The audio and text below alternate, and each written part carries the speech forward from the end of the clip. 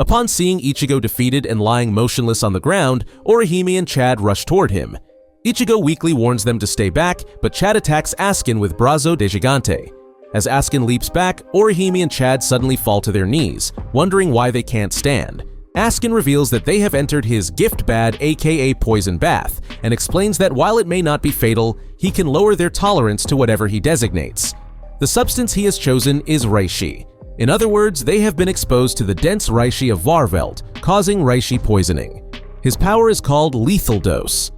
He typically defeats his enemies by controlling the fatal dose of whatever he designates, but to do that he needs to ingest a large amount of the substance. If it's blood, he needs to drink a lot. However, right now he's full from drinking too much cafe au lait, so he asks them to wait until he's hungry again. Suddenly, Yoruichi appears on a ledge behind him and comments on his strange words, noting that if Ichigo and the others can't move, why not just choke them instead? Askin asks if she's serious, remarking that Bambi said the same thing to him a long time ago. It made him cringe then, and it still makes him cringe now before kicking at her while asking if she could be any more insensitive.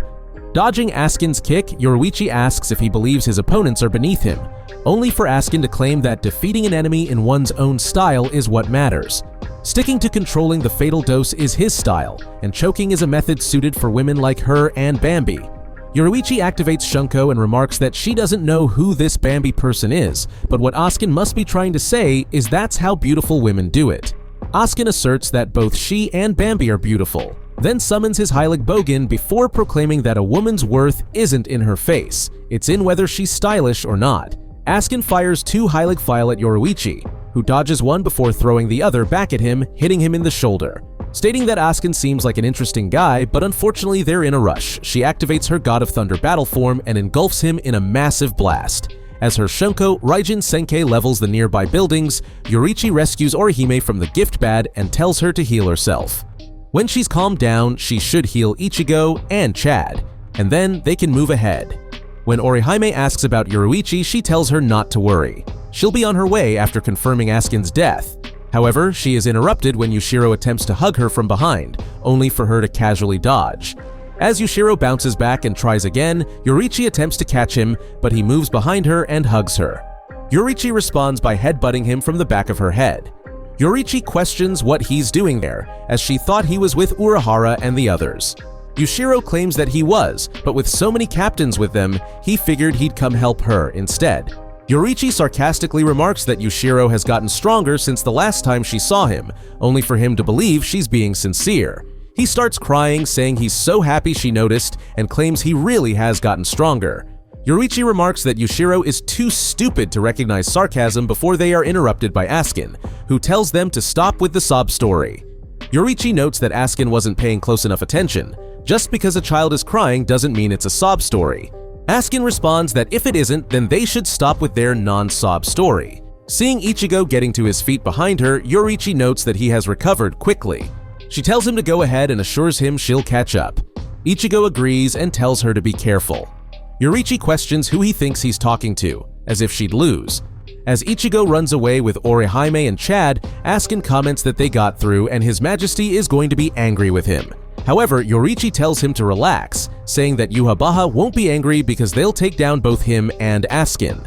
When Askin dismissively refers to Yoruichi's technique as Raijin whatever thing, Yushiro angrily corrects him, saying it's Raijin Senkei. If Askin is going to insult his sister, he'll have to deal with him. Askin addresses Yushiro as a girl and asks if the young lady wants to fight. He warns that she can come at him barehanded, but he will use his bow. Yushiro leaps at Askin, yelling that he's not a girl. Askin apologizes, but before he can say anything else, Yushiro punches him in the face multiple times. As Askin comments that he's strong, Yushiro replies that, of course he is, before proudly proclaiming that he is Yushiro Sakimune Shihoin, the 23rd head of the Shihoin family. There's no way he would lose to a Quincy like him. Yushiro activates his Shunko and uses unrivaled explosive flame, engulfing Askin in an enormous explosion. Yoruichi asks Yushiro what he was really thinking. Does he realize what could have happened if she hadn't weakened Askin first? As Yushiro apologizes to her, Yoruichi says maybe she should commend him for mastering the Shunko she just taught him. In her mind, Yoruichi wonders how Yushiro could have learned it so quickly, and yet it's already that powerful. Just then, they are stunned as Askin, having survived the attack, asks why they look surprised. Weren't they listening? He reiterates that he can control the fatal dose of a substance he designates by ingesting a large amount of it. He thanks them for pumping him with enough spiritual pressure to almost defeat him, and declares that now they can't defeat him with their spiritual pressure. Noticing Askin's burns disappearing, Yoriichi asks if his wounds are healing. Askin replies that of course they are. The fatal dose amount going up means he's become immune to their attacks. Seeing Yoriichi's surprised expression, Askin comments that he doesn't think she has time to be shocked. He tells them they'd better hurry, or not only will they be unable to defeat him, but they won't even be able to scratch him. Yushiro rushes toward Askin and attempts another Shunko attack. Yoriichi tells him to stop. However, as Yushiro lands the punch on Askin's abdomen, the attack dissipates. Askin reminds Yushiro that he has already acquired immunity to that attack, then shoots him through the chest with 3 Heilig Pfeil. As Yoriichi rushes over to the collapsed Yushiro, Askin informs her that it's too late. It took longer than he expected for them to comprehend his ability, claiming that's fatal. As parts of Silburn fall away due to the clash inside it, the pieces fall toward Askin but miss him. Lying on the ground, Askin comments that he can't believe he didn't have to move a step to survive all that. He feels himself moving farther away from death. If immunity is the ultimate way of staving off death, maybe he has immunity to thank for this as well. He asks Yoriichi for her opinion. Yoriichi ignores Askin as she struggles to stay upright after being blasted with a gift ball. She remarks that she wasn't listening. She thought Askin was just talking to himself. Askin comments that it feels more like she couldn't listen, then explains that he struck her with a hybrid gift ball of reishi, oxygen, and nitrogen. He claims that she doesn't have the luxury of listening to someone talking to themselves and expresses surprise that Yoriichi is still alive in her condition. Yoriichi replies that she doesn't know what to think about it, saying that after all that fiddling with the fatal dosage, she's not sure why he adjusted it enough to keep her barely alive. Askin claims she got it wrong. He did the best he could, anybody else would be dead by now. He asks her not to accuse him of being soft, just to ignore the fact that she's a monster. It makes him sad. Yoriichi looks at the badly injured, fallen Yushiro, knowing he won't last much longer, but she can't heal him in her current condition. However, Askin gets right in front of her, telling her not to bother.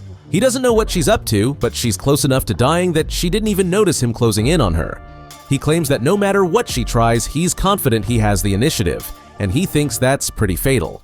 Suddenly, Urahara arrives, touches Yoriichi's butt, and comments that it's wedged in there rather fatally, causing her to kick him in the chin. Urahara is annoyed and asks Yoriichi why she would kick him. He came to help. Yoriichi shouts, asking what made him think she wouldn't, and tells Urahara to look at her face, not her behind. Urahara apologizes, acknowledging that perhaps the expression wedged in was a bit vulgar. However, Yoriichi claims that this isn't why she kicked him and tells him to stop touching her butt while apologizing. Askin recognizes Urahara, saying he's not the one he wanted to see. Urahara remarks that it's an honor that Askin knows him. Askin comments that Urahara probably isn't aware of this, but he's one of the people His Majesty designated as a special threat. Urahara responds that he doesn't know what to say. It's an honor, but Yhwach is giving him too much credit. Then, feeling Yoriichi's butt yet again, he causes her to leap into the air, shocking Askin, who wonders what Urahara did. How is Yoriichi able to move? Did he undo his death dealing? Realizing that Urahara is exactly what he's been told, Askin recalls that the 5 special threats were chosen because of their incalculable aspects: Ichigo Kurosaki's potential, Zaraki Kenpachi's combat strength, Ichibei Hyosube's wisdom, Sosuke Aizen's spiritual pressure, and Urahara's incalculable tricks. Askin notes that no matter how deceptive someone tries to be, Urahara will always outsmart them, calling him the consummate schemer. He wonders why he always ends up matched against guys like him. With that, a mark with the God of Thunder 3 tattoo appeared on Yoriichi's beautiful butt, prompting her to ask Urahara what he injected into her. Urahara merely claims that it's a secret. Yoriichi guesses it's some kind of immuno-enhancing agent he cooked up while eavesdropping on them. Urahara commends Yoriichi, saying she's clever for accurately assessing the situation, though he asserts that it was rushed, so it won't last long. When Yoriichi asks how long it will last, Urahara replies that it will last about 5 minutes. Yoriichi asserts that that'll be enough. She activates Shunko, Raijin Senkei again, but Urahara stops her and suggests she activate another technique. Yoriichi immediately refuses.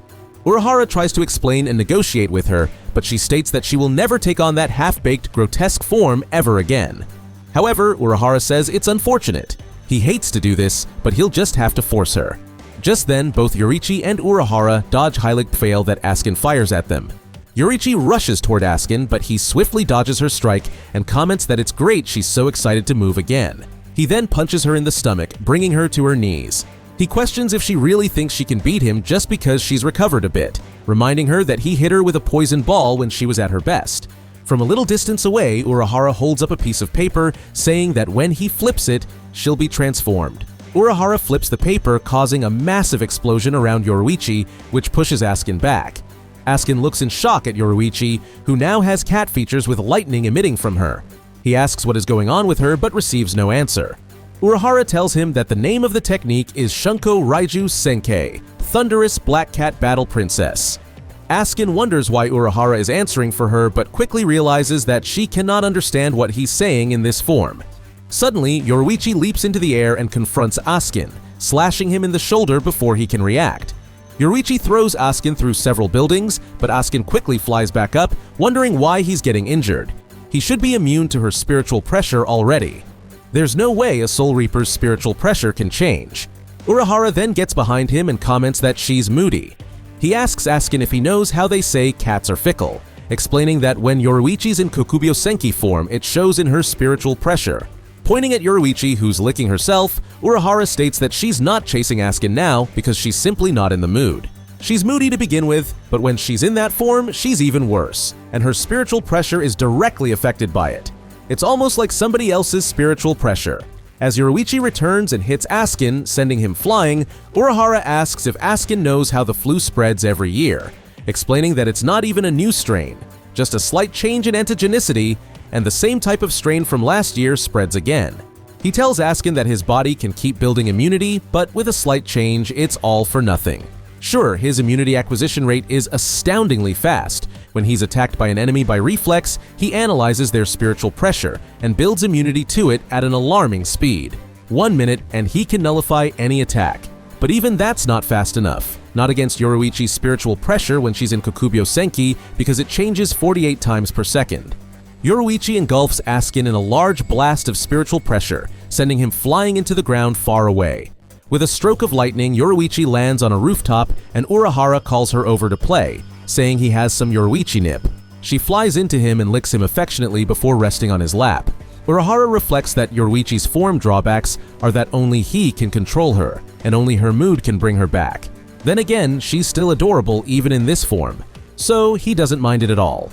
As Yoruichi begins moaning in pain, Urahara realizes that it's almost 5 minutes.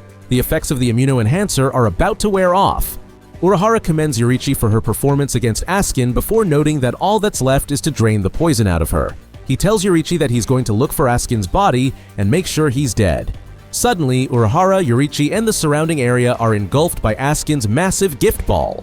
Urahara looks in shock as Askin explains that it's the largest poison ball he can create. However, Askin realizes that Urahara is more concerned about the way he looks. As he lands on the ground in his Quincy Volstendig form, Askin announces that it's called God's Taster, admitting that the name is not cool. He then describes his power, a spiritual pressure that changes 48 times per second. This means he can experience all 48 variations in just 1 second. If Askin endures the attack for even a second in his Volstendig form, he'll be affected by all 48 types. As Urahara watches, sweating coldly, Askin mentions he just needs time to analyze and develop immunity. Urahara seems to be strategizing while Askin explains that there's a way to further manipulate the spiritual pressure. Out of kindness, Askin reveals the capabilities of his Volstendig. His Volstendig, Hashein, adjusts to changes in poison. No matter how much the surface of the poison alters, if the base remains the same, he can modify the immunity and neutralize it instantly.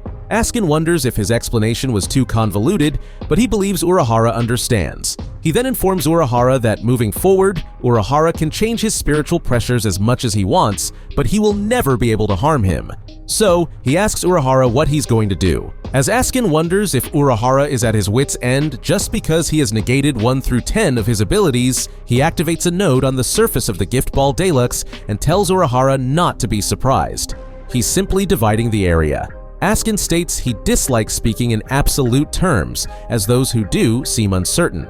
He aspires to be a man of confidence. With that, he tells Urahara that escaping the poisoned area of the gift ball is utterly impossible. Urahara asks if Askin genuinely doesn't want them to escape. Askin replies that, of course, he doesn't. It shouldn't even be a question. They are enemies. Urahara, unsure how to express it, notes that Askin doesn't seem like someone driven solely by loyalty. Askin finds this comment impolite, asserting that he likes to think he possesses at least twice the loyalty of a Pomeranian. However, Urahara's assessment isn't entirely off. Loyalty isn't everything for him. Askin is primarily interested in Yhwach. Askin wonders if that sounds condescending, clarifying he doesn't mean it that way. He then points out that destroying the living world, Hueco Mundo, and Soul Society to create something new, who else besides Yhwach would do that? He asks Urahara if he believes that if Yhwach were to lose here, anyone else like him would emerge. He tells Urahara that he seems knowledgeable, as if he has seen everything. So doesn't he want to witness what Yhwach will create after destroying the three worlds?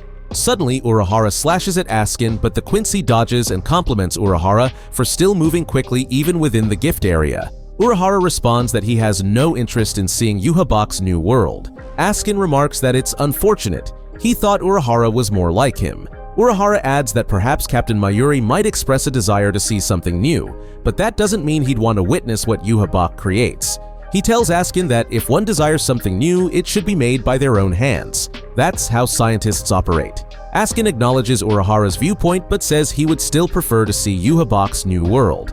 As a gift ring expands around his arm, he throws it at Urahara and it disappears before the Shinigami, only to reappear in his right eye, destroying it and forcing Urahara back. Askin explains that he uses the gift ring on frighteningly strong opponents for whom a lethal dose has minimal effect. Its power concentrates his death-dealing ability on a single point, instantly obliterating that specific area. He tells Urahara it's his fault for being so strong. Lowering the lethal dose didn't work, and eliminating all his options didn't work either, so destroying all of Urahara's organs is his only choice. With no other option left, Urahara finally activates his Bankai, Kanon Baraki Benihime Aratame, as a beautiful woman with closed eyes appears behind him. Even Askin is taken aback, admitting he had no intel on this, as Yhwach's information hadn't included it. Urahara states this is his first time using it in front of the Quincy's, prompting Askin to ask what it does. Urahara finds it amusing that Askin would even ask, but declines to tell him. Askin admits it's scary to face an unknown power.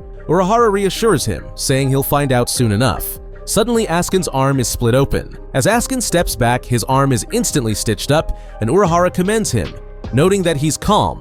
Most people would try to sever their own arm in shock, but Askin says he simply lacks the courage to cut off his own arm. Urahara comments that Askin may have realized from the strike that his Benkai's ability is to reconstruct whatever it touches as he restores his own eye. Before Askin can process this, Urahara slashes his chest and locks blades with him. Askin is shocked that Urahara can still see, certain he destroyed his eyes. Urahara replies that his eyes were reconstructed. As Askin cuts through Urahara's hand, he restructures it immediately, grabs his sword, and sends Askin hurtling through several buildings. However, Askin manages to recover, grumbling that he hates power versus power battles. He complains that he dragged Urahara into his own turf only for Urahara to mess it all up, calling him a bad man. But he tells Urahara that he's not perfect, reminding him that the Gift Ball Deluxe is still an inescapable poison fortress as he increases its power. Askin tells Urahara he's only able to breathe here because he's moderating it. Moving forward, Urahara asks if Askin intends to increase the Gift Ball Deluxe's concentration even further, as he can barely crawl. But Askin isn't falling for it, recognizing that Urahara's Bankai is dangerous even when he's crawling on the ground.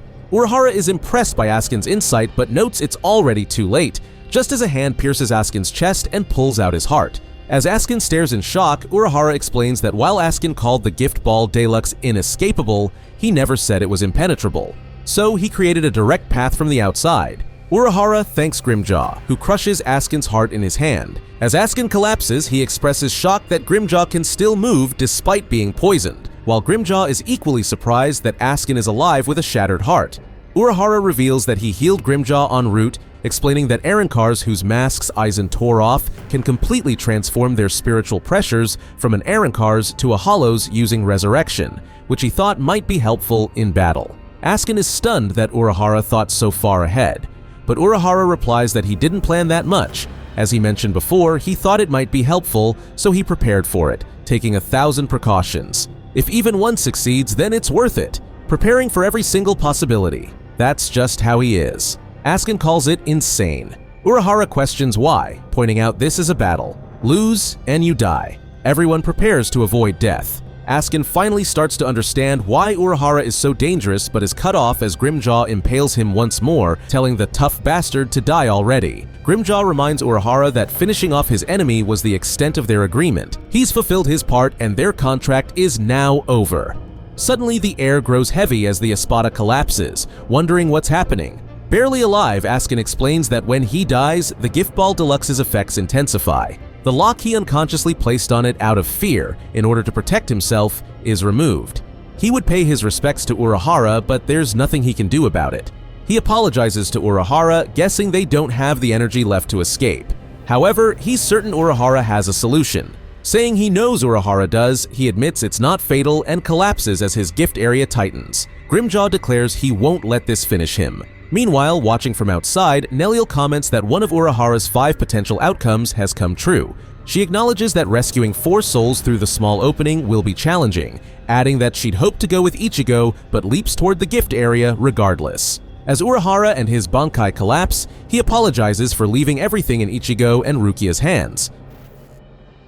In the Soul King Palace, a wounded Gerard is thrown into rubble as Renji asks what he was thinking. How many captains and lieutenants of the 13 court guard squads does he think there are? There's no way he could take them all down by himself. However, Gerard merely grins, noting that if Renji thinks he can't defeat them, or if he's suggesting that if he did beat them, it would be a miracle. He asks Renji if he knows when miracles happen, explaining that if a miracle occurs at a meaningless moment, people will not recognize it as a miracle. Instead, they'll dismiss it as mere luck or something strange. Renji then asks Gerard what he's talking about. Gerard responds that he understands why they're captains of the 13th Court Guards, they've wounded him pretty badly. As he proclaims that a miracle is a miracle because it occurs in a crisis, Byakuya engulfs Gerard's head with Senbonzakura and flicks the blade sideways, causing Gerard's head to explode and his bloody helmet to be sent flying. Seeing the helmet fall in front of her, Momo wonders if they really had to go this far. Shinji points out that Gerard had something up his sleeve. Judging from the way he was talking, he saw through what they were planning, and whatever he had planned could have turned the whole situation around. Who knows what would have happened if they hadn't gone this far? He then asks Captain Kuchiki if he has concluded correctly. But Byakuya isn't finished, and he blasts Gerard's fallen body with Senbonzakura a second time. He attempts to leave with the other Shinigami, only to be interrupted by a giant foot smashing into the ground next to them. As the Shinigami wonder what's going on, an enormous Gerard appears before them, smashing through nearby structures. He yells that his name is Gerard Valkyrie, and his shrift is M, the miracle. His power allows him to exchange what has been wounded for God's size. He adds that he understands why they are captains of the 13th Court Guards. They wounded him pretty badly. This is the first time he's become this massive from an exchange. Gerard tears off and throws a tower at the Shinigami, forcing them to scatter as Shinji grabs Momo's hand when she begins to fall. Gerard smashes his hand down on the area where Shinji and Momo are. As Renji and Rukia cry out for their comrades, Byakuya attacks Gerard with Senbonzakura, only for Gerard to block the petals with his bare hand before destroying the building where Byakuya is standing. After blowing Rukia and Renji away with his breath, Gerard asks if it isn't frightening to be powerless. He tells them not to lament. No matter how much they do, there will be no miracle. It's explained that Leela was the leader of the Schutzstaffel, and he was the first Quincy to whom Yhwach granted a shrift. His position was unquestioned. However, the other 2 remaining Schutzstaffel members, Pernida and Gerard, had powers before Yhwach granted them anything. They were Quincy's whose powers Yhwach did not bestow. Among the Schutzstaffel, only these 2 were assigned a shrift according to the powers they already possessed. That's why rumors about who they really were spread among other Quincy's.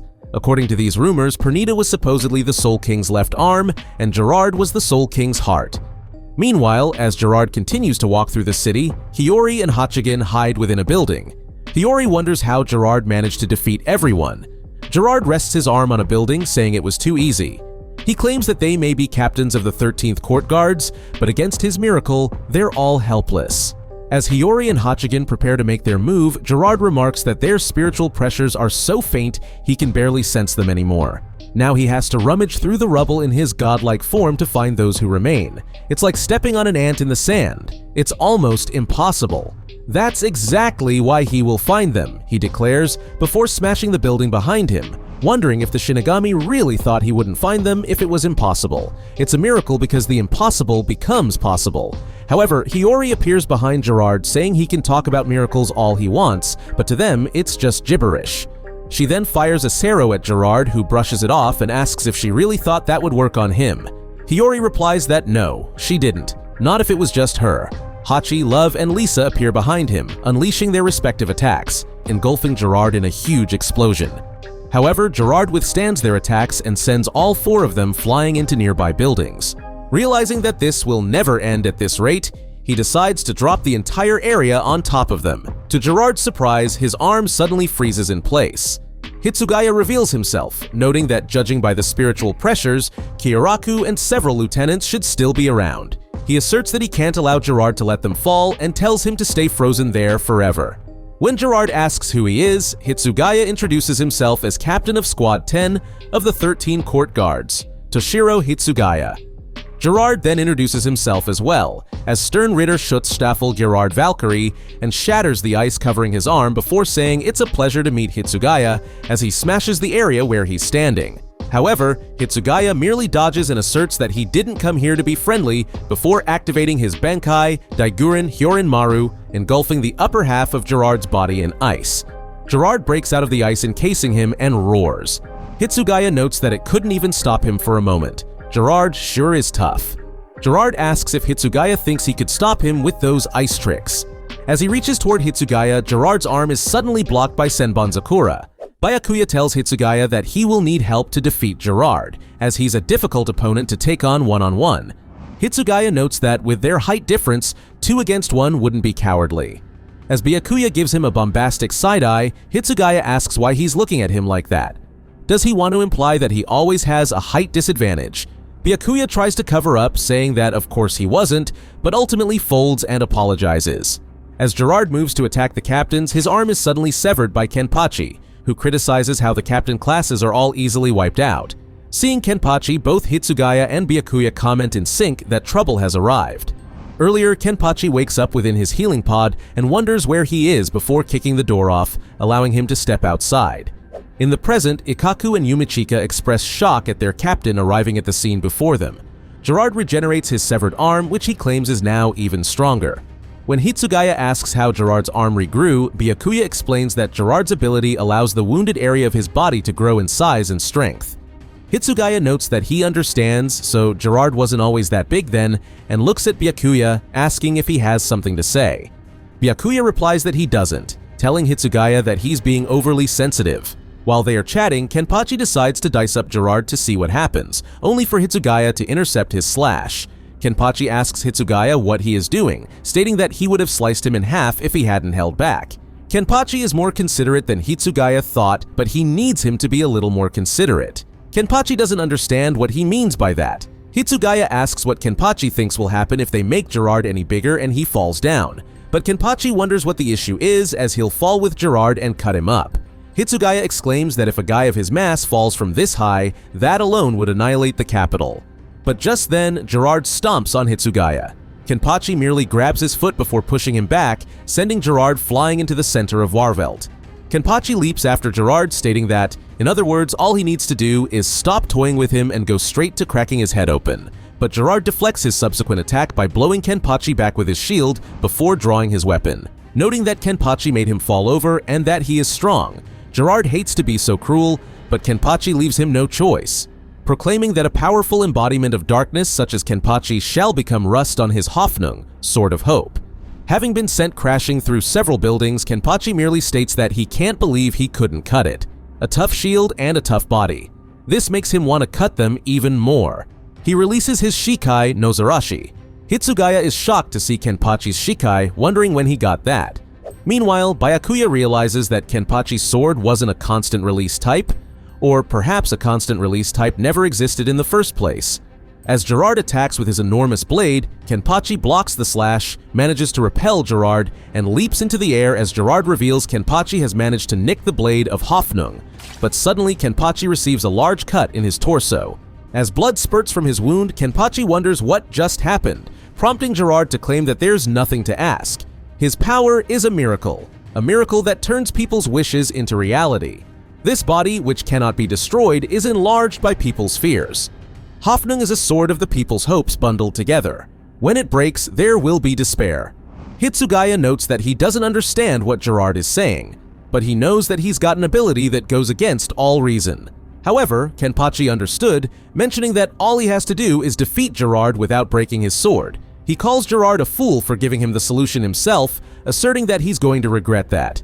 But Gerard proclaims that he's telling Kenpachi this in order to fill the enormous gap in their powers. He's a fool if he doesn't realize that, asserting that it's Kenpachi who will regret it. As a stunned Hitsugaya states that he's beginning to think these two are alike, Kenpachi and Gerard begin fighting. Gerard tries to attack by thrusting his sword into the ground, but Kenpachi climbs up and slashes at Gerard, who dodges the attack and throws Kenpachi into the buildings. Kenpachi immediately leaps out of the debris and states that he's impressed with Gerard's speed given his enormous size. Gerard in turn says the same of his opponent, claiming that he's going to crush him in his hand. Hitsugaya attempts to intervene, but Gerard tells him to stay out of this, saying he's not his opponent, and tries to attack him. However, Kenpachi intervenes, smashing Hitsugaya to the ground below and telling him to stay out of it. As Hitsugaya tries to rebuke, Byakuya steps in, telling him not to bother. Zaraki can't be reasoned with either. Hitsugaya states that he knows that's why they can't go on ahead without him, pointing out that Gerard is not someone Zaraki can handle alone. As proof of that, Zaraki's already taken off his eye patch. He instinctively knows he had to take it off to beat him. Taking a closer look, Byakuya realizes that so many of Hitsugaya's ice flowers have fallen. It's understandable. They're all exhausted. None of them have much time. Hitsugaya tells Byakuya that he'll freeze the giant when he gets the chance, so Byakuya should pulverize him with Senbonzakura. From what he's gathered, he should be able to freeze Gerard to the bone at maximum output, but it'll take time, so he needs his help. Meanwhile, Kenpachi and Gerard continue clashing, with Kenpachi slowly but surely being overwhelmed as Gerard sends him flying, pointing out that Kenpachi's swings are getting weaker. He proclaims that it's only natural. Fighting him without chipping his sword was impossible to begin with. Swords get nicked in battle, and despair will be carved into Kenpachi's body. As Kenpachi leaps back to attack, Gerard compliments his relentlessness and applauds his spirit. However, spirit alone won't close the gap between their powers, and he beats Kenpachi back once again. Byakuya tries to attack him with Senbonzakura in the air behind him, but Gerard easily intercepts it and also smashes his sword into Hitsugaya, proclaiming that he can see them both scheming to catch him off guard. He's the biggest, strongest, and fastest Quincy. He's the warrior bestowed with everything. They can't outwit him even once. Suddenly, Yachiru appears before Kenpachi and asks him what he's doing lying down like that, urging him to keep fighting. Kenpachi asks the little devil where she's been, but Yachiru merely responds that if he uses her properly, there's nobody he can't cut. As energy begins flowing down Kenpachi's arm from where she touched him, Kenpachi wonders what this power is. Yachiru asks if he doesn't know anything before revealing that this power is called Bankai. Hit the subscribe button so you won't miss out on more videos like this, and leave a comment below if you have any suggestions or feedback. Now, let's get back to the video. A massive wave of energy erupts outward from him, startling Byakuya, Hitsugaya, and Gerard, before clearing to reveal Kenpachi, who has gained red skin and a differently shaped sword. As Ikkaku and Yumichika express shock at their captain's appearance, Gerard claims to be disappointed, noting that a rapid rise in spiritual pressure suggested a Bankai, yet he sees no significant change. Surely that broken blade cannot be Bankai. He proclaims that there's no point in swinging Hoffnung with Kenpachi holding a broken blade. He shall smash him into oblivion. He then attempts to punch Kenpachi, who responds by biting down on Gerard's knuckle and ripping his entire arm off. Gerard reminds Kenpachi that cutting off his arms will accomplish nothing, but Kenpachi merely leaps into the air before slashing at Gerard, cutting off his left forearm along with half of his shield when he attempts to block the strike. While Gerard is still in shock at his shield being cut, Kenpachi punches him in the chin, sending him flying back off the edge of Varvelt as he wonders what this power is. Suddenly, Gerard activates his Quincy, Vollständig, and flies up, proclaiming that a Soul Reaper pushing him to the brink could never happen. He will not stand for such absurdity. As Kenpachi stands before him menacingly, Gerard exclaims that Kenpachi not fleeing is the height of foolishness. He will perish to ashes. But Kenpachi swiftly leaps forward and cuts him in half vertically. As Gerard's two halves fall down, Byakuya and Hitsugaya watch Kenpachi from afar. When Hitsugaya tries to approach Kenpachi, Byakuya stops him. Hitsugaya asks if he thinks they shouldn't go near him. Byakuya replies that it's obvious. It'll be even more difficult to get through to Kenpachi than usual. Suddenly, Kenpachi leaps back and roars as Gerard's two halves rise and form a Quincy Zeiken with their blood before fusing together, resulting in Gerard reappearing with his Quincy, vollständig, Ashtonig, active as he fires a beam from the tip of Hoffnung. The beam destroys a large portion of the city, prompting Hitsugaya to freeze much of the rubble in place before it can fall to the Soul Society below, only for Gerard to blast the same area again before proclaiming that he is Ashtonig, God's power, the noble warrior of God, the one who swings his sword for God even in death. Kenpachi prepares to resume his battle, but his right arm suddenly shatters and breaks open as Yachiru apologizes, saying she released too much of his power for his body to handle. After slashing through Kenpachi, Gerard destroys the building Hitsugaya is standing on, prompting Byakuya to catch him with his blade pedals before imploring him to deactivate his Bankai because he is at his limit. However, as the flowers of his Bankai start to shatter, Hitsugaya states that he doesn't recall ever saying that it's over when all the ice flowers fall, revealing that when the ice flowers have all fallen, that's finally when Daiguren Hyorin Maru is complete. He suddenly gains the appearance of an adult. Hitsugaya informs Byakuya that his power isn't yet developed enough to fully command Hyorin Maru. He doesn't know if that's the reason, but when Daiguren Hyorin Maru is complete, he becomes a little older. And he doesn't really like this form all that much. Gerard looks at Hitsugaya and asks who he is. The latter responds by stating that he is Toshiro Hitsugaya. Gerard points out that Hitsugaya had already released his Bankai, so how did he alter himself even further? Then again, it doesn't really matter. He slams his sword down, claiming that right now Hitsugaya is a more worthy opponent than he was moments ago. Hitsugaya dodges the attack. When Gerard throws his shield at him, Hitsugaya freezes it mid-air before telling Gerard not to throw that huge thing, as he can't let it fall on the Soul Society. Gerard slashes at Hitsugaya, who cuts through the blade of Hoffnung, stating that its power has ceased to work because it is frozen. All of Gerard's hope has stopped functioning. Gerard then summons his Heilig Bogen, proclaiming that he will simply crush Hitsugaya with a torrent of power without relying on any supernatural functions. However, Hitsugaya notes that he summoned his bow a second too late, as Gerard is frozen solid by Shikai Hyoketsu, which Hitsugaya explains freezes the four elements, earth, water, fire, and wind, in the space Gerard occupies within 4 steps of Daiguren Hyorin Maru's release. If he had shot the Quincy arrow within 3 steps, he might have been able to hit him. Suddenly, Gerard breaks free of the ice and grabs Hitsugaya, proclaiming that he will not freeze, as he is God's warrior. He cannot be bound by the elements of this world, and he will crush Hitsugaya, only to be toppled suddenly by Kenpachi, who grabs and pushes his feet. As Gerard gets distracted by Kenpachi, his arm begins to freeze again due to Hitsugaya, who tells Gerard that he cannot escape unscathed from touching him in this state.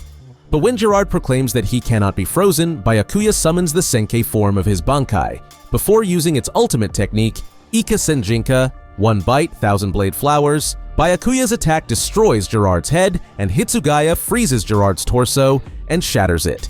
He then collapses from exhaustion and is caught by Byakuya, who comments that it seems like it's a Bankai that takes a heavy toll on the body, though Hitsugaya is holding up better than he imagined.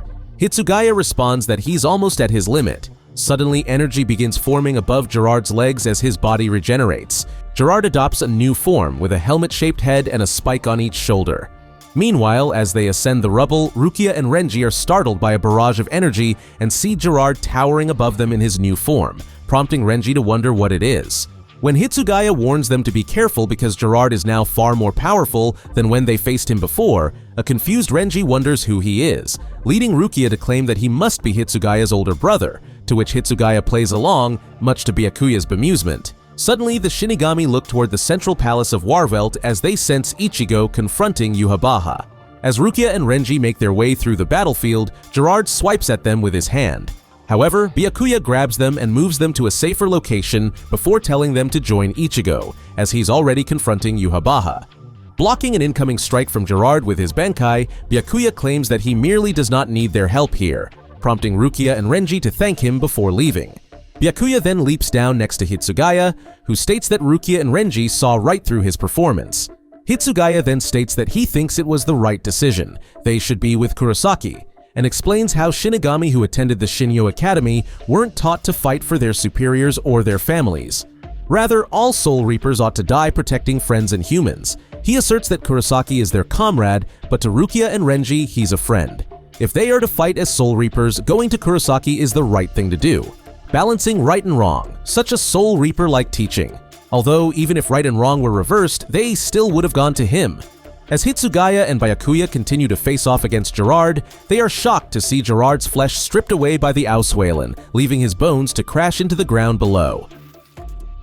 In the past, young Uryu sees his father cutting into his mother Kanai Katagiri's body and begs him to stop, saying she's been dead for a while. Years later, Ichigo asks Uryu why he's attending a regular school. When Uryu asks what he means, Ichigo explains that since Uryu's parents are doctors, he thought Uryu would want to be one too, and go to a better school. Uryu points out that Ichigo's dad is also a doctor, but Ichigo brushes it off, calling his dad just a guy with a beard. Uryu then says he doesn't want to be a doctor anymore. Ichigo is curious about what he means by anymore, but when Uryu stays silent, Ichigo tells him he doesn't have to explain if he doesn't want to. In his mind, Uryu recalls deciding that day never to be a doctor because if being a doctor means cutting into your dead wife, he wants no part of it. In the present, Haschwalth confronts Uryu and notes that he seems troubled.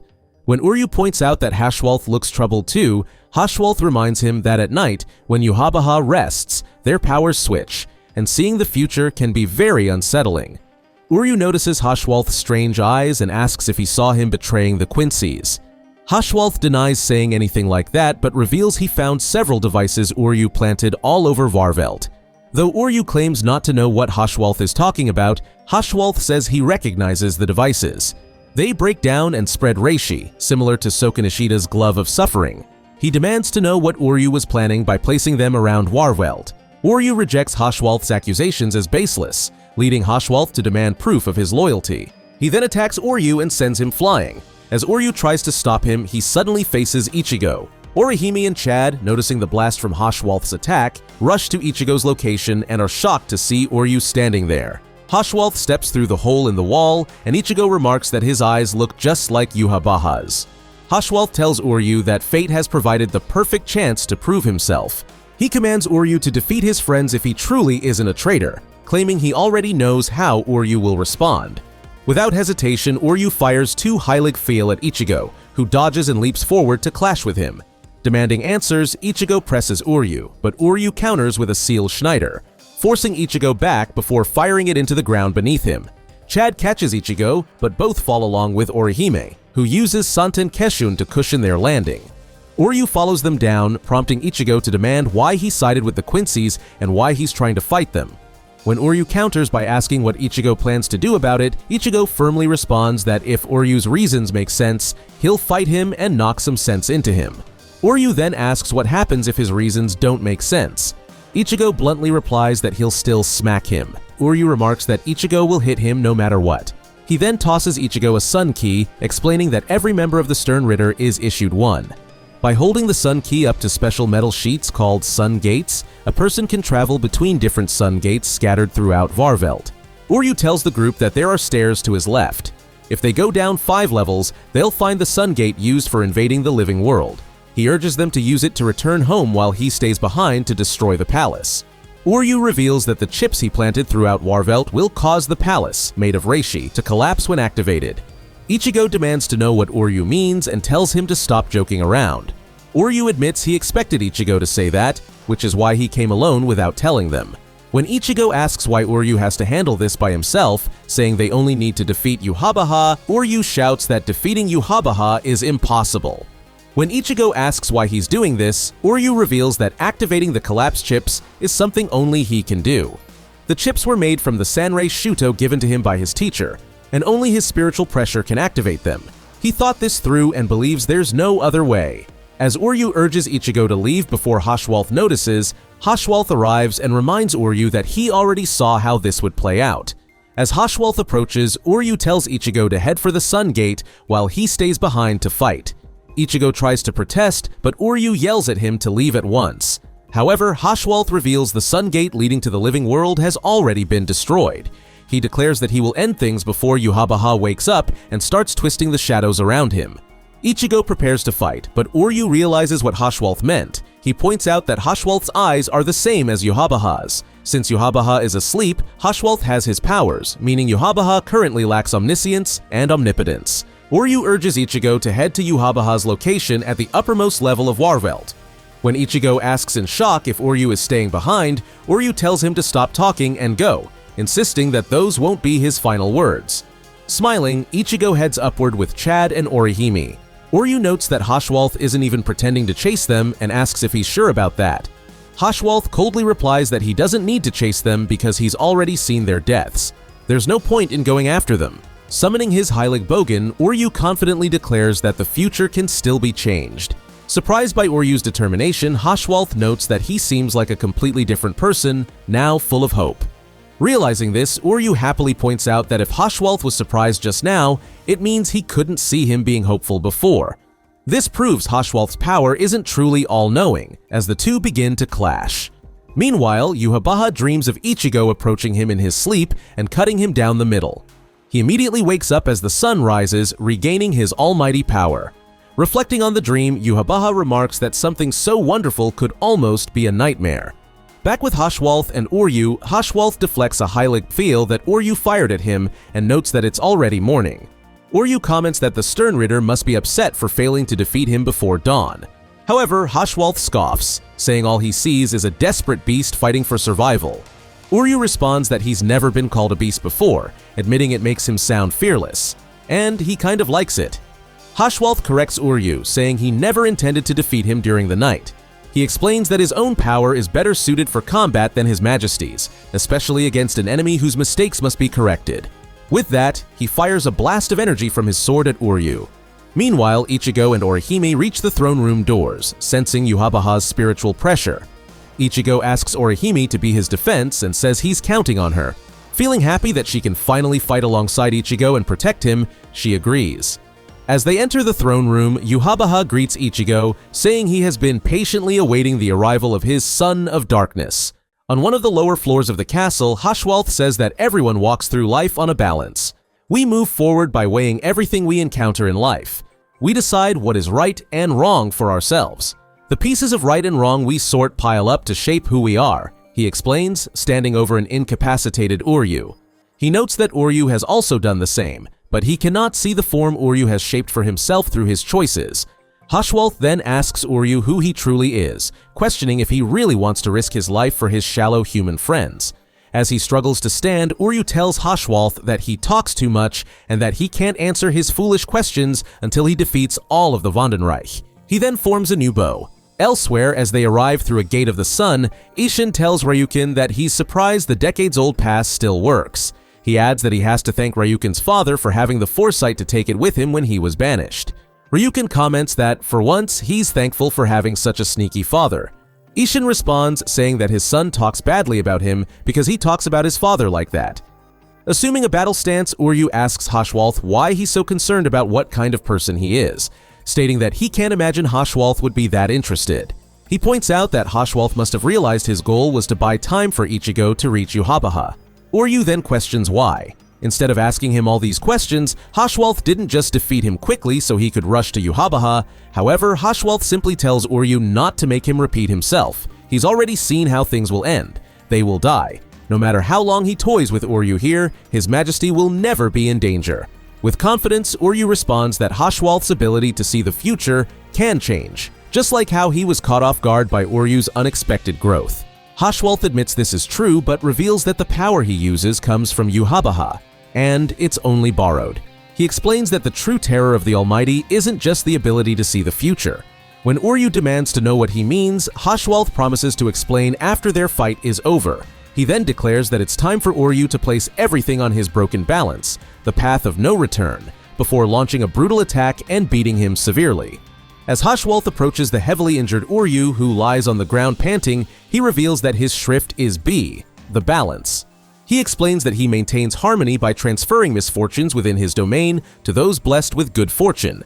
Any misfortunes that befall him are absorbed by his sacrifice shield, ensuring he remains unaffected.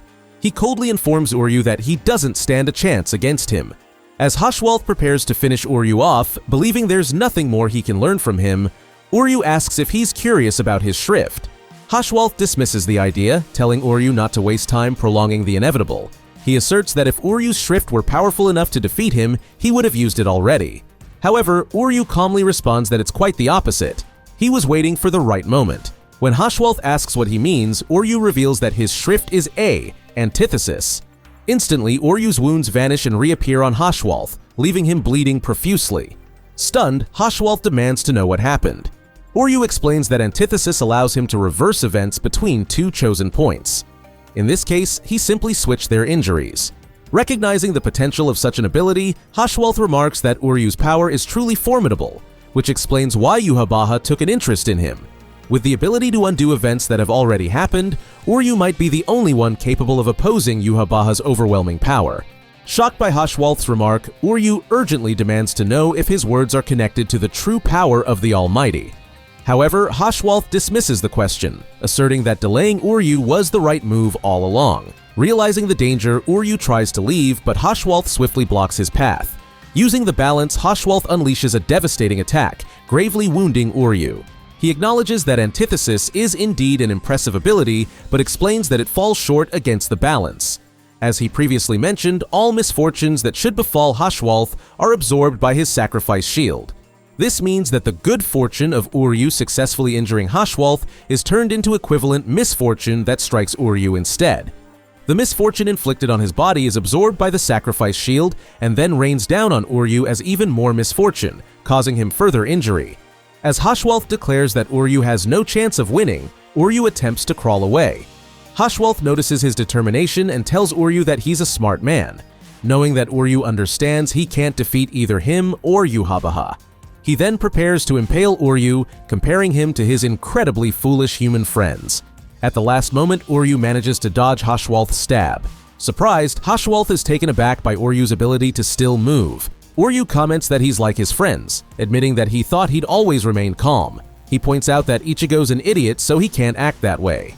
If Ichigo wants to help, he just goes and helps. Orihime is also an idiot. Chad's an idiot. Ruki is an idiot. If he appears to be the same as those idiots, then that makes him happy.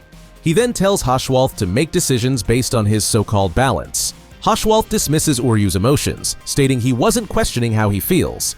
He then claims he can't see how being with them benefits Uryu and asks if Uryu has grown by being with his friends. He points out that, compared to the few years he spent with them, Uryu should have grown much more in the instant His Majesty gave him power. If friends are meant to help each other grow, it's not them, but His Majesty that Uryu should be willing to risk his life for. However, recalling Haschwalth's earlier words that the balance is a choice, Uryu responds that, given the choice, he chose to be with Ichigo and the others. There is no self-interest, no right or wrong, just that they are friends. Angered by Uryu's response, Haschwalth notes that he understands Uryu has no intention of forsaking anything, even though he was accepted by His Majesty. He then demands that Uryu at least forsake his life. However, before he can continue, an Ausweilen beam suddenly envelops him, surprising both him and Uryu. The story begins inside the central palace of Warvelt with Ichigo confronting Yhwach. Ichigo stands before Yhwach, who asks if he isn't going to draw his sword, noting that it leaves him awfully vulnerable. This is what Yhwach would like to say, but it seems Ichigo isn't exactly vulnerable, as Yhwach can almost see his overflowing spiritual pressure taking form. Yhwach comments that Ichigo has grown strong, or rather, this is the power he was supposed to have. Yhwach invites Ichigo to attack, pondering whether Ichigo will strike from the right or the left. Ichigo tells Yhwach to quit his nonsense, as he knows Yhwach can see how he'll attack him. However, Yhwach decides not to use his powers just yet. He wants to enjoy this long-awaited conversation with his son. Ichigo retorts that Yhwach is not his father. Yhwach states that Isshin Kurosaki was merely a stand-in, asserting that Ichigo has already been told the origin of his power. Ichigo replies that he has, but so what? He yells at Yhwach, declaring that he's not his father. He's the one who took his mother's life. Yet Yhwach casually tells him not to act like a crybaby. With that, the real battle begins. Ichigo draws his blade, leaps at Yhwach, and unleashes a Getsuga Tensho, which Yhwach effortlessly deflects with a torrent of black energy. Simultaneously, he counterattacks Ichigo, prompting Orihime to shield him with Santen Keshin. As Ichigo steps back to gain some distance, Yhwach assaults him again, coming at him from both the front and back. Ichigo blocks front attack with his blade, while Orihime shields him from behind with Santen Keshin. When the energy starts to push harder, Ichigo slices through it with his other blade and leaps at Yhwach again, only to have the energy halt his advance. Yhwach tells Ichigo there's nothing to be upset about, insisting that Masaki Kurosaki died as she was destined to. She gave birth to Ichigo and lived for him. He questions what more she could have wished for, proclaiming there's no greater joy than that. Yhwach hurls Ichigo against a wall and stands up, preparing to showcase his true power.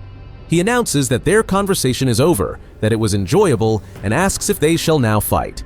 As Ichigo falls from the wall, Orihime rushes to check on him, but Ichigo disregards her and charges at Yhwach once more. Yhwach decides to display his power, bombarding Ichigo with black energy and telling him to stop rushing into fight. He points out that it was a reckless charge and questions why Ichigo brought Orihime. Has hatred caused him to lose control? Yhwach tells Ichigo not to be so impatient as he continues to attack, claiming that Ichigo will eventually be consumed by him and perish. He asks Ichigo why he's rushing toward his demise after so much time and so many miracles went into creating him. Yhwach warns Ichigo not to treat his life so lightly. His body and power don't belong solely to him. He commands Ichigo to unleash all his power and perish so that it can return to him. Yhwach sends Ichigo flying back with his dark energy. As Ichigo rises and attempts to charge forward again, Orihime intervenes, trying to calm him, but she releases him when Ichigo meets her gaze. Ichigo presses forward toward Yhwach, who cannot comprehend why Ichigo is rushing to his demise. He begins to wrap Ichigo with his dark energy, but Ichigo leaps forward, attempting to attack. Yhwach asks if Ichigo is hesitant to display his power, wondering if he fears it will be taken if he reveals it. Yhwach reassures him it's fine. If Ichigo dies here, both the living world and Soul Society will be destroyed. He will bring an end to them both. Ichigo steps back while Orihime covers him with Soten Kisun. Yhwach points out how Orihime is telling Ichigo not to rush, urging him to heal before engaging in combat. Yhwach advises Ichigo to listen to the voices of the powerless, to fight for the weak who can barely breathe without him. As Ichigo charges forward once more, Yhwach strikes him with more energy, commanding him to rise, fight, and die for his comrades. However, upon seeing the tip of his blade turning white, Ichigo has Orihime shield him from Yhwach's next blast with Santen Keshin. Noting the strange look Ichigo had earlier, Orihime thinks there must be a reason for it, and Ichigo agrees. He then reveals that he needed to awaken someone with some Quincy spiritual pressure. A surge of energy envelops Ichigo, and as Yhwach realizes what Ichigo is attempting to do, Ichigo emerges from the dust in a new form, displaying traits of his full hollow form. Orihime is struck with PTSD from his battle with Ulquiorra upon seeing Ichigo with the same horn. She asks if he's still Ichigo, to which he responds with a smile, reassuring her that there's nothing to worry about. He's still himself. Ichigo then confirms Yhwach's assessment that this is the form he takes when merging with his hollow power. He elaborates that the Quincy powers he inherited from his mother, which were manifested by the old man Zangetsu, and the hollow power within him fused with the Soul Reaper powers from his father. While they maintained balance by opposing each other, they were forged together as Zangetsu into these blades. If that balance allowed White to behave, then tipping the balance should bring him forth. In the past, when he was struck by significant amounts of Soul Reaper or hollow power, White took over. In reality, Ichigo has fused with his powers, allowing him to call White out at will, although he's still not very good at it. Therefore, he used Yhwach's power to help him. As Yhwach grins, Ichigo steps in front of Santen Keshin, instructing Orihime to keep up her guard before unleashing his spiritual pressure, which destroys most of the surrounding area. Yhwach praises Ichigo's strength and forms his broadsword, but Ichigo seizes the opportunity to grab him and strike at close range. As the force of the attack causes more destruction to the tower, Yhwach blocks Ichigo's blade with his bare hand, asserting that Ichigo's level of strength cannot harm him before throwing him back. Ichigo then creates a Getsuga Tensho and fuses it with a Gran Rei Tsero, firing it at Yhwach, who sustains deep cuts from the attack. Yhwach observes that such a fusion attack is fitting for someone like Ichigo, who was born from a fusion of many powers. He counters the enhanced Getsuga Tensho, telling Ichigo it won't be sufficient to bring him down. As Ichigo clashes with him, Yhwach details Ichigo's probable train of thought. He underestimates me, which is why he won't use his full ability. He doesn't realize the extent of my power when I'm fused with a hollow. This is now or never. The only chance to defeat him is right now while he underestimates me. Before declaring that Ichigo's window of opportunity is lost as he activates the Almighty. He admits that this is a result of no longer underestimating Ichigo's power. As they clash repeatedly, Ichigo draws his other blade and attacks, but Yhwach creates a second sword to parry Ichigo's blow, stating that dual wielding isn't a privilege reserved solely for him. When Ichigo lands on the ground, Yhwach points out a trap, and Ichigo's foot is impaled by a shadow blade rising from the ground. As Ichigo leaps off the blade, he tries to jump off a nearby pillar, only to have his other foot impaled by another shadowy blade, making him realize that Yhwach has set traps everywhere. After planting his sword in the ground, Yhwach mentions that Ichigo has likely been informed that the Almighty allows him to see the future. Ichigo wonders if Yhwach is claiming to have placed traps exactly where he predicted Ichigo would step, asserting that his attacks shouldn't connect if this were true. With a grin, Yhwach slashes at Ichigo, who jumps back, noting that the attack missed and that Yhwach doesn't see everything. If he did, he would be launching an offensive rather than merely blocking his strikes. Yhwach's ability has its limits, so Ichigo needs to uncover what those are. Yhwach reads Ichigo's thoughts again, stating that Ichigo is searching for a flaw in his ability. As Ichigo lands atop a pillar, Yhwach asserts that the future can be changed. Evolving in the midst of battle will let him step into a future different from the one he sees. This is what Ichigo is thinking.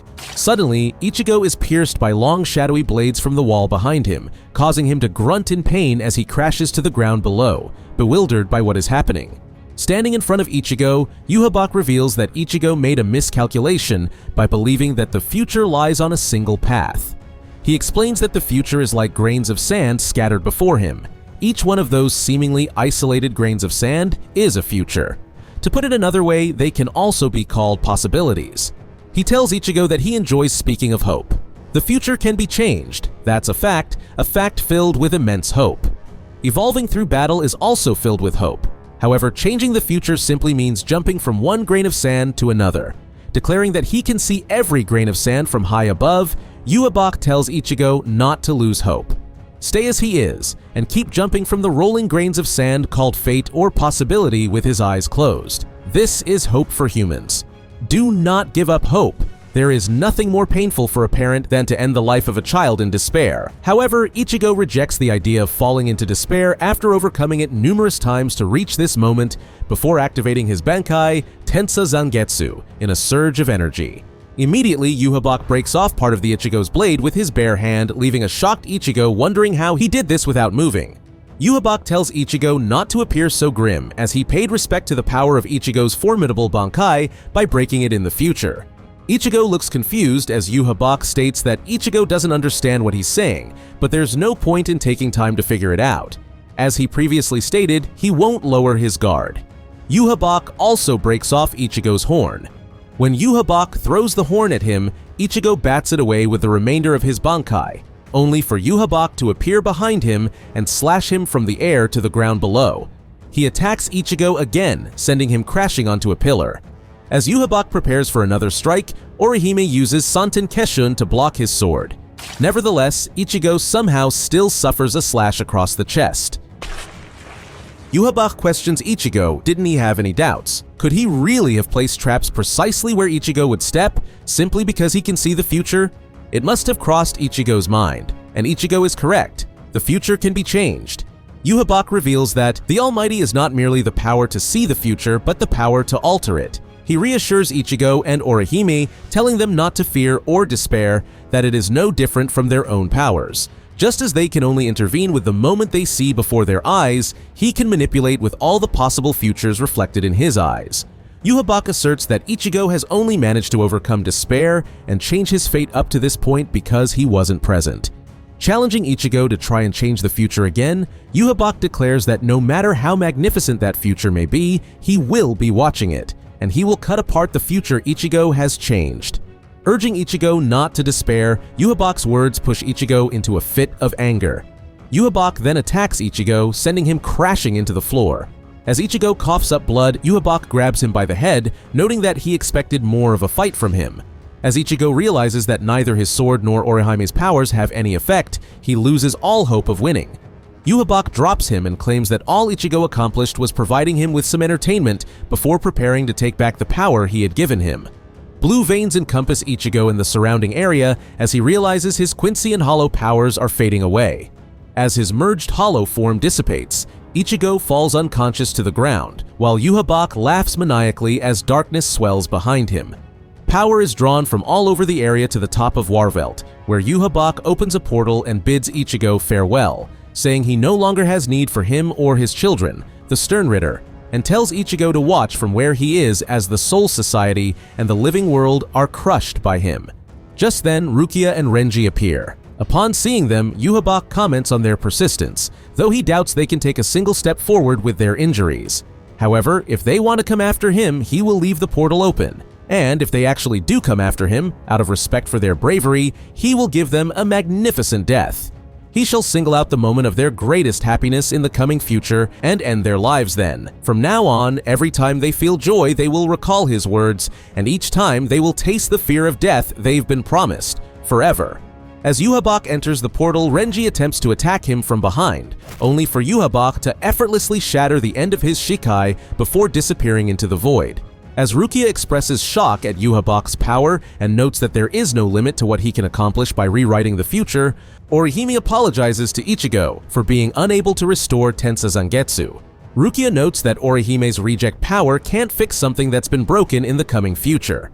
Suddenly, Renji picks Ichigo up. When Rukia asks what he is doing, Renji declares that they will go after Yhwach, prompting Rukia to point out that simply charging in will accomplish nothing. She suggests they should at least come up with a plan first. Renji asks Rukia if she thinks she can come up with some kind of plan for that monster. Ichigo admits that there's nothing they can do to stop Yhwach. However, they are all interrupted when Ichigo is stabbed through the shoulder by Tsukishima. When Ichigo asks what he is doing, Tsukishima replies that he's asking the wrong guy, revealing that Ginjo wanted him to be on Ichigo's side. But Ginjo didn't tell Tsukishima to fight for Ichigo's side, he only told him to repay their debt to him. Tsukishima asks Orihime to perform Soten Kishin on Ichigo's sword again, stating that even if the future is rewritten with a tremendous power that can't be rejected by her ability, as long as there is a different past, she should be able to reject up to that point. With Tsukishima and Orihime's help, Ichigo's Bankai is restored. When Tsukishima asks him if they are even now, Ichigo confidently stands up with his Bankai and confirms that they are. Exiting a portal in the rubble of the Soul Society, Yhwach sees Aizen sitting in his chair. Aizen admits that he never expected to meet Yhwach here, before welcoming him to his Soul Society, which makes Yhwach grin. In Varvelt, as Uryu ascends a flight of stairs, Ryukin appears with Isshin and fires a silver arrowhead into the floor. When a shocked Uryu questions why they are here, Ryukin tells him that he came to give that arrowhead to Uryu. Uryu wonders what it is, so Ryukin explains that all Quincy's subjected to Ausweilen develop a silver blood clot in the heart and die. The arrowhead is made from that silver, and Ryukin tells Uryu that he is the one who should fire it, prompting Uryu to pull it out of the ground. Meanwhile, within the Dangai, Ichigo and Renji run along a path of Reishi. When Ichigo collapses, Renji asks him if he will be alright, prompting Ichigo to claim that he will be fine as Renji picks him up by the arm. Upon being told that it would have been more sensible to stay behind with Orihime given his injuries, Renji headbutts and punches Ichigo. When Ichigo asks how many times Renji is going to hit him, Renji explains that for a long time, a real long time, for decades Rukia and he had drifted so far apart they wouldn't even pass by each other. It was Ichigo who closed that distance between them. This is why he decided that if Ichigo couldn't push forward anymore, he'd keep him going, even if he had to carry him. From now on, Renji will never stop until the day Ichigo dies. He warns Ichigo to never tell him to stay back again, as he won't ever repeat this again. In the Soul Society, a huge wave of dark energy erupts as Aizen, now freed of his chair and restraints, says that he thought Yhwach would finish things up at the Soul King Palace before deducing that Ichigo gave Yhwach more trouble than he anticipated. Yhwach tells Aizen to stop projecting his own anguish onto him, reminding him that he is the one who was defeated by Ichigo Kurosaki. Nevertheless, Aizen appreciates Yhwach for freeing him from the chair. Exerting his spiritual pressure, Aizen notes that he can now stop Yhwach. Yhwach asks if Aizen really wants to fight him to protect the Soul Society, as he doesn't see how that would benefit Aizen. Aizen responds that it's not about benefit. Crushing those who try to control him has always been the only reason he takes action. Suddenly, Ichigo and Renji appear behind Yhwach as Ichigo attacks him, only to be repelled. Yhwach claims that he knew Ichigo and Renji would follow him, though they arrived rather quickly. He also knew Ichigo's sword would be restored, and as Tensa Zangetsu cracks once again, Yhwach notes that he intended to destroy it completely, acknowledging Ichigo's good fortune. Pushed back by a blast of dark energy from Yhwach that destroys part of Sokyoku Hill, Ichigo glares at him. Yhwach tells Ichigo he's nearly dead and questions why he didn't have Orihime heal his wounds. Wondering if she is nearly dead as well, Yhwach mocks Ichigo, asking if he thought it would be too late to pursue him after healing, though there's not a single thing Ichigo can change by being here. When Renji attacks Yhwach, the villain states that the same applies to him. An angry Renji activates his Bankai, but Yhwach severs his left arm, claiming that every Bankai is useless, as they have already been crushed in the future. Deciding to prove his point, Yhwach prepares to crush Renji and Ichigo with his own hands. Suddenly, Aizen intervenes with Kyoka Suigetsu in hand, prompting Yhwach to ridicule him for defending Renji Abarai. Yhwach questions Aizen, noting that solidarity in the face of a common enemy is the behavior of losers, something Aizen despises. Aizen responds with Hado 99, Goryu Tenmetsu, which ruptures the ground around them and forms a large energy dragon in the air. As Aizen rushes forward, Yhwach casually asks if Aizen has noticed that Kyoka Suigetsu is already broken. Yhwach attacks Aizen, sending him hurtling back with an energy blast. When Ichigo appears behind him, Yhwach blows off his arm and stops his blade. He commends Ichigo for reading the situation and instantly shifting to fight alongside Aizen.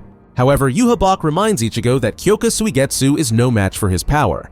Yhwach then states that he can see everything. It was Renji who was blown away by his first strike, and it was Ichigo whose arm he tore off next.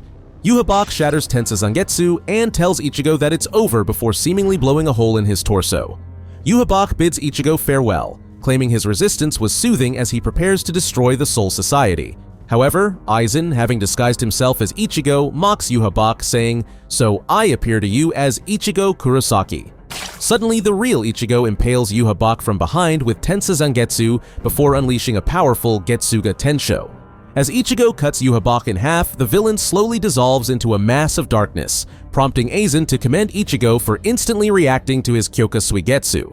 Ichigo notes that he felt something strange while making his way to the Soul Society, a feeling similar to the one he had when Aizen cast Kyoka Suigetsu on everyone.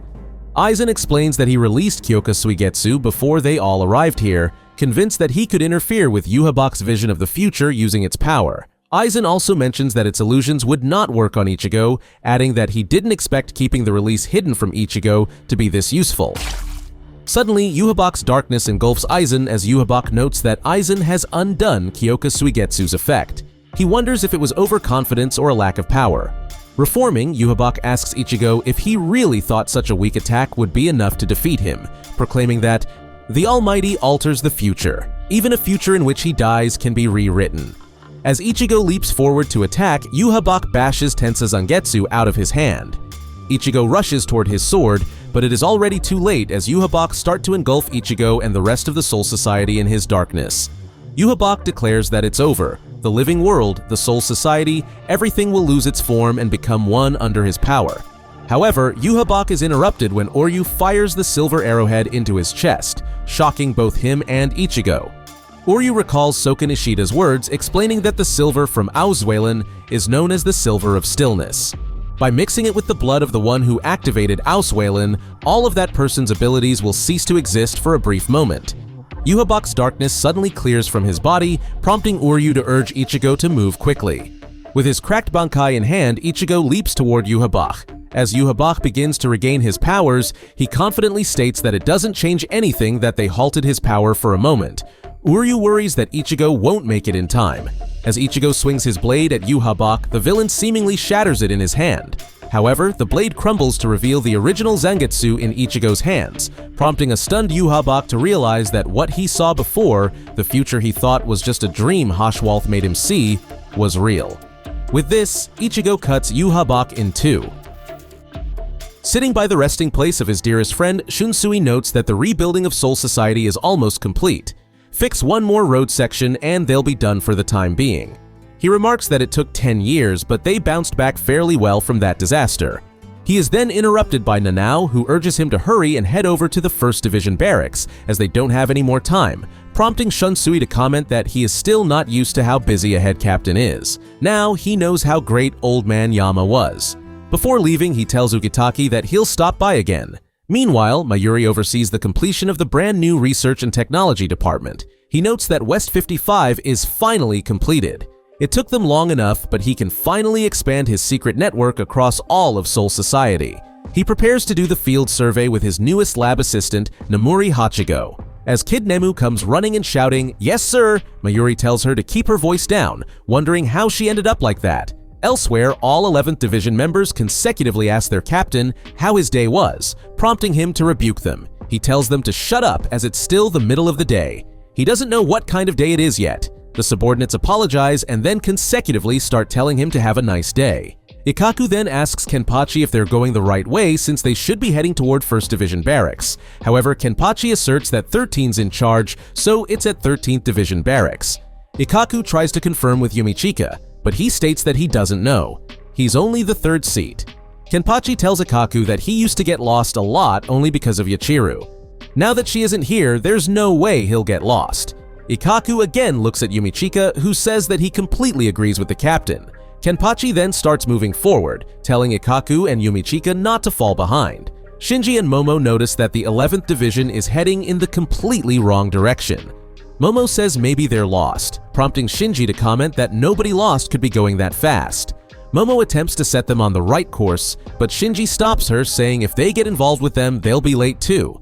As Momo tries to press, Shinji tells her there are no ifs, ands, or buts about it. They're grown men. Let them handle themselves, asserting that it's a captain's order. Momo remarks that Shinji only says that when it's something totally meaningless. Shinji responds that they have different values. He doesn't say it when it's not called for. He uses it when he wants to. At the training grounds, Iba, now captain of the 7th Division, jumps a huge distance down a hill. His squad nervously shouts that they can't do it like him, so Iba tells them not to worry. They can just catch up to him later. He then bumps into Hitsugaya and Lieutenant Rangiku. Hitsugaya notes that Captain Iba is going to work from the training grounds and commends him for working hard every day. However, Iba merely responds that he's nowhere near captain material yet. He feels like if he skips a day, he won't be a captain anymore. Hitsugaya acknowledges this, saying it's very admirable and might be what it takes to be a captain. He wishes a certain somebody could hear that. Rangiku jokingly questions who that could be. Could it be Shuhei? The captain and lieutenant of the 9th Division suddenly show up. Kenzie confirms that Hitsugaya was referring to Shuhei and tells him to pay attention. Shuhei exchanges banter with Rangiku, saying he can't let that slide. Rangiku mocks him, pointing out that his captain agrees with them. Shuhei proudly asserts that he's already mastered Bankai. Both Hitsugaya and Rangiku mock him, saying they haven't seen it yet and wonder if this is some kind of Bankai-Kan. Kenzie also joins them, saying he hasn't seen it either, shocking Shuhei, who claims that he knows Kenzie has seen it. He insists it's only because he hasn't had the chance to use it since then. Kenzie and Rangiku claim that Shuhei is making excuses now, prompting Shuhei to tell his captain to stop taking their side. Hitsugaya then remarks that the fact Shuhei hasn't had to use it for 10 years is a good thing. It means that for 10 years they've maintained peace. And to close out those 10 years, today's ceremony is quite fitting. Kenpachi finally arrives at the 1st Division Barracks, only to be reprimanded by Sui Feng for being late. Kenpachi asserts that they took a lap around Soul Society. He'd say they made good time, all things considered. Sui Feng retorts, asking him why the hell he'd take a lap around Soul Society on an important day like today. The new captain, Isane, politely tells them to calm down. Lieutenant Kioni tells Isani not to be so intimidated by them. She's a captain too. But Isani asks how she cannot be. Shunsui then begins the ceremony to appoint a new captain to the 13 court guards. Nanao tells the newly appointed captain to enter. Renji looks at Rukia, telling her not to worry. If she twists her ankle from nerves, he'll carry her on his shoulders. With that, 13th Division Captain Rukia Kuchiki nervously walks in and confirms her presence. Back at the Shinigami Research and Development Institute, Akon wonders where Captain Mayuri is and assumes that since today is the new captain ceremony, the captain must have gone there. Hiyosu remarks that the captain went to survey the recovery zone. Akon asks why. Hiyosu replies that if he, the lieutenant, doesn't know, how should he? As Akon says that fine, he'll go get him. Hiyosu asks if something happened.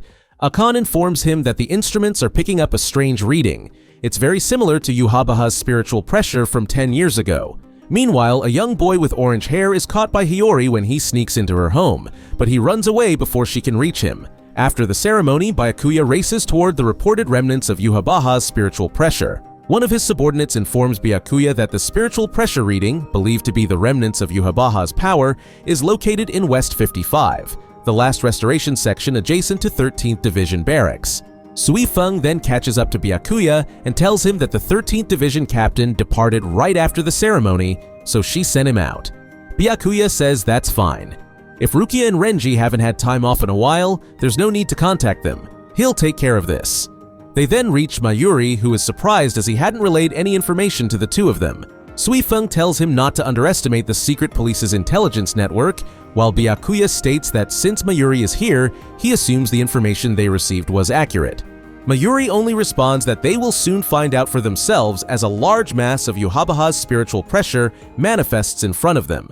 Meanwhile, in the human world, Rukia and Renji arrive at the Kurosaki clinic, and Ichigo greets them. Rukia makes fun of Ichigo for the lack of customers at his clinic. Ichigo comments that it's a good thing when a hospital is empty and tells her to just shut up and come in. Keigo greets Rukia, telling her to make herself at home, but gets punched by Tatsuki, who tells him it isn't his house. Mizuhiro also greets Rukia, commenting that her hair is longer and that it looks good. Karin and Yuzu then arrive with popcorn and soda, happily greeting Rukia as well. Rukia comments that it has been a long time, noting how much the two have grown. Karin races to the couch and tells Ichigo to hurry up as a world heavyweight title boxing match featuring Chad is about to begin.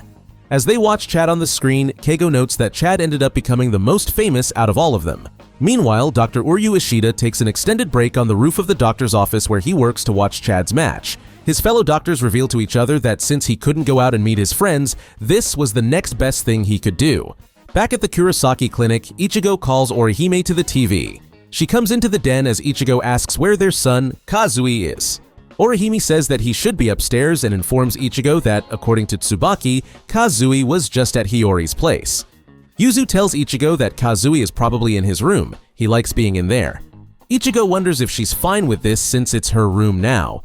Yuzu says, "Of course, Kazui is always welcome." Karin comes closer to Yuzu and teases her, saying she's fine because Kazui is the spitting image of Ichigo. Wait, what? What kind of nonsense is that? Well, it's Japanese, so no surprise there. Anyway, Ichigo then questions Rukia and Renji if they brought their child as well. Rukia states that she was given a travel permit for the summer to bring her along after she became a court guard cadet. However, their daughter is nowhere to be found, but Rukia is flippant about it, claiming she's a Shinigami, no humans going to hurt her. Ichigo, outraged, tells Rukia that her daughter picks fights with humans and urges her to go find her. Meanwhile, Kazui sees a dark ball on the wall of Yuzu's room brimming with Yhwach's spiritual pressure. Inside Soul Society, the Shinigami prepare for the mass of spiritual pressure to attack, while Kazui reaches in and touches the spiritual pressure in front of him. Right then, the mass of spiritual pressure completely vanishes, shocking the Shinigami. As he sits bound inside Muken, Aizen realizes that the last remnants of Yhwach's power have completely disappeared. He remembers when Yhwach was defeated 10 years ago. As he died, Yhwach told Ichigo that the path had been sealed, the path to a world without fear. The living world, the Soul Society, Hueco Mundo, they all should have become one. Life and death were meant to be combined as one. But that can no longer be, thanks to Ichigo. How disappointing. Because of him, life and death will retain their shapes. All that has life will continue to live in constant fear of death now, forever. In the present, Aizen reflects that fear certainly would not have existed in the world Yhwach wished for. But in a world without the fear of death, people will not search for hope. People will persist simply by being alive. But persistence while fending off fear is something entirely different. That is why people have a special name for it. They call it courage. While Ichigo and Rukia argue, a red-haired girl emerges from a dark orb behind Kazui and introduces herself as Ichika Abarai, a Shinigami cadet. Kazui then introduces himself and reveals that he is a Shinigami as well, transforming into one, shocking Ichika. With that, the 1000-year Blood War arc comes to an end. Let's see when the Hell arc begins. In the meantime, check out other manga here.